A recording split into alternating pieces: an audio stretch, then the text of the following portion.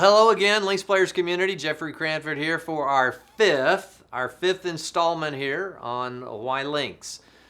Last week we talked a little bit about employing your gift. The week before we talked a little bit about our ambassador calling, going into a foreign place that, well, we know the language, we know the customs. We've talked about a lot of things, but laying the foundation really to also get us to a place where we know how to build. Well, what are we building? Now, if you go back into the Old Testament, a lot of people, maybe you've done it, try to read the Bible through and you get into Exodus and some of these very specific details about building and constructing. First the tabernacle, and eventually under Solomon, then the tabernacle would go to Shiloh, and then Shiloh eventually, King David wanted to build a big temple, and he couldn't because he had too much blood on his hands, so it went to Solomon and they dedicated it and it was destroyed. And then we get the books of Ezra and Nehemiah and different things where they come back, and even Haggai and Zechariah talking about the reconstruction of the temple after the Babylonians kind of really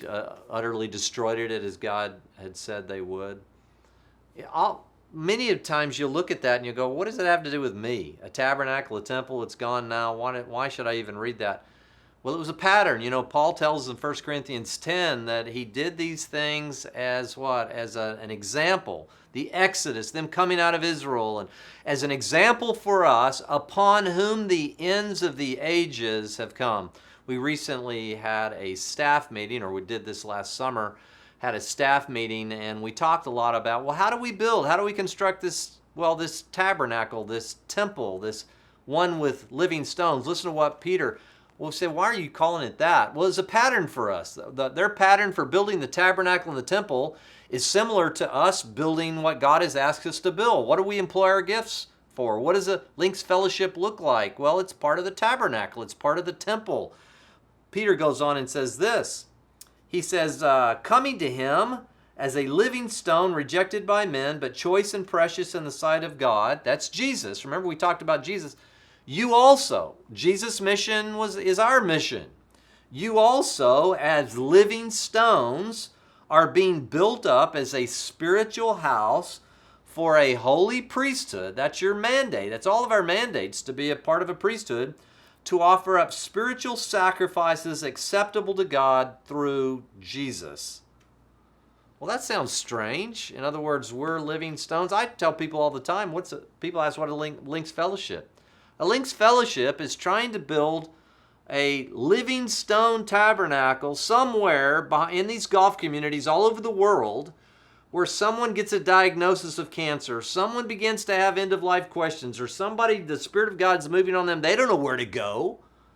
They have no idea who to connect with, but they play with Bob, and Bob wants, Bob's a religious guy, or Sheila, she's a religious gal. Maybe I'll go ask her. You become a lighthouse, a living stone temple tabernacle where people in your communities related around golf will go to you. It's happened to me hundreds of times. I can tell so many stories of getting a call and they say, well, never been very religious, but I just got a diagnosis, and they'll come to you. We've got to establish these living stone tabernacles behind golf communities and golf communities all over the world. That's our task. Is the Lord calling you?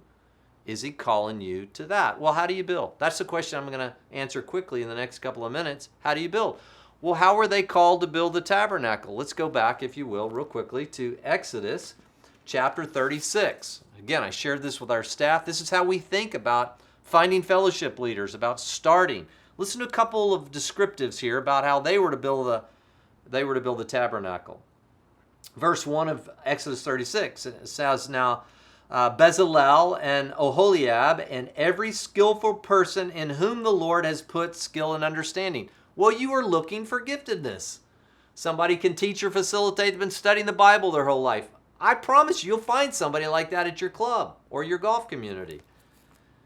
To know how to perform all the work and the construction of the sanctuary, no longer a literal tabernacle, but a living stone tabernacle. We're looking to add living stones to our edifice to God, where he can come and dwell in it. It's beautiful. You're both personally a living tabernacle. You are the temple of God, Paul told the Corinthians, and then collectively together, we're like a tabernacle. Then Moses called Bezalel and Oholiab and every skillful person in whom the Lord had put skill. The Lord gives you your giftings to employ. And it says, everyone whose heart stirred him to come to the work and perform it. Like I said, I've been trying to say in this whole series, I'm not trying to talk you into anything. What we as the Links community and the staff are looking for is someone whose heart is stirred. If your heart's not being stirred, as I'm teaching over these last few weeks talking about why, if your heart's not stirred, it's either not the right season or you're not the right person, and God's going to stir someone else's heart. We're always looking for people that say, I have to do this. The Lord has stirred my heart. Well, He stirred my heart to do it. And then verse 5 says, and they said to Moses, the people are bringing much more than enough for the construction work which the Lord commanded us to perform. And it went on to say they had more than enough. People say, well, I can't start a fellowship. I really don't have the skill. I have a little skill over here, but I don't know who else.